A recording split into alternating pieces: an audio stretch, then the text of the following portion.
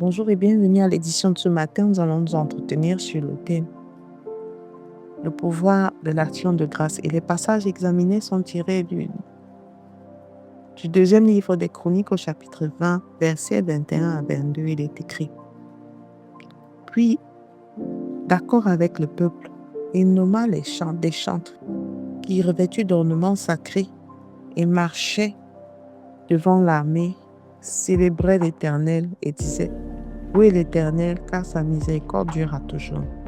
Au moment où l'on commençait les chants et les louanges, l'Éternel plaça une embuscade contre les fils d'Ammon et de Moab et ceux de la montagne de Séir qui étaient venus contre Juda, et ils furent battus.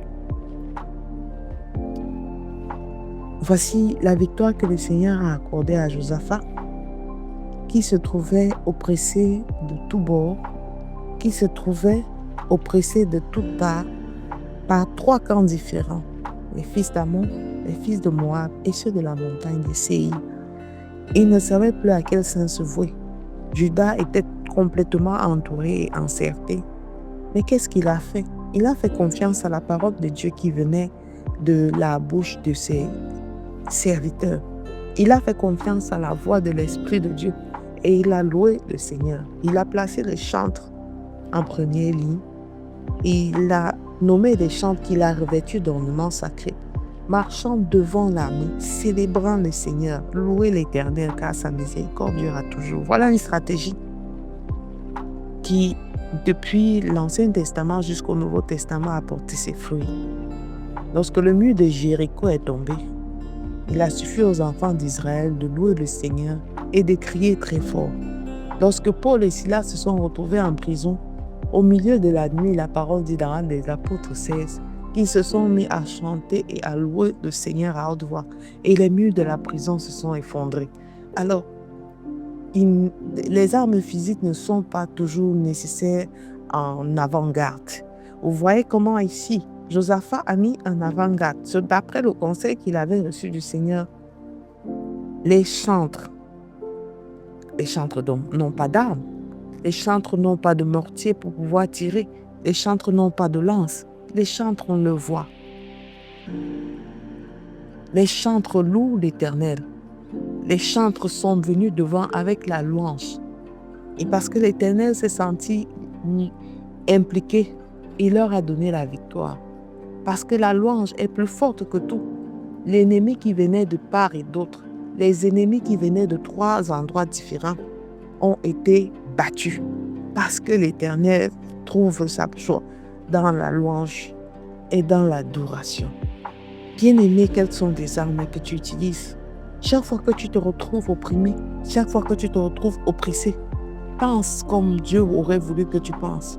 Pense et demande à l'Esprit de Dieu de t'inspirer afin que tu ne puisses pas prendre des décisions actives, afin que tu ne prennes pas des décisions sur le coup de l'émotion, mais que sous le coup de l'onction de Dieu, tu puisses comprendre que ici, je dois déployer une autre forme d'arme. Je dois me déployer autrement.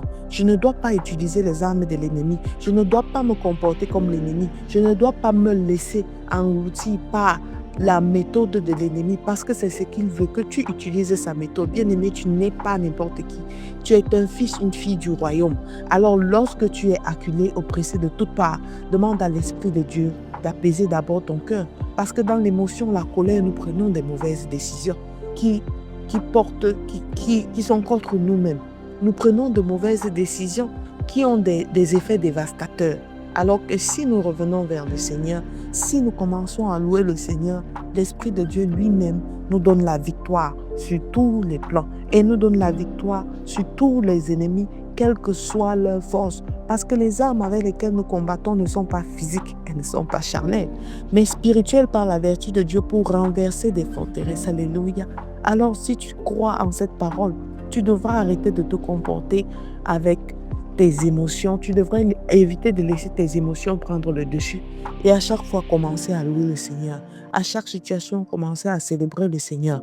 Car de cette célébration, de cette louange, émergera la solution la plus appropriée pour ta situation. Alors, je te recommande encore de faire cette prière ce matin, Père éternel. Je sais qu'il y a une grande puissance dans ton action de grâce. Je veux te louer le matin, à midi et le soir.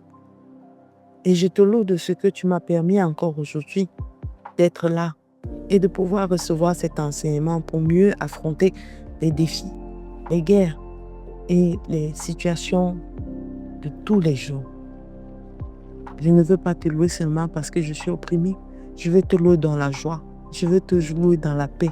Je veux te louer en tout temps et en toutes circonstances, afin que ma vie te soit agréable. Je me lève aujourd'hui et je me lève dans la victoire parce que tu as donné la victoire à tes enfants chaque fois qu'ils t'ont invoqué. Béni soit ton Saint-Nom, toi qui vis et règnes éternellement. Au nom de Jésus-Christ, nous avons prié. Amen, amen, amen.